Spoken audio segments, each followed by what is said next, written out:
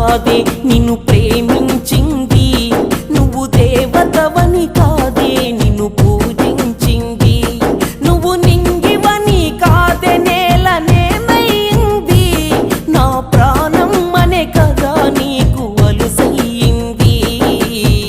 రాతలో లేని రాదమ్మ చెప్పలేను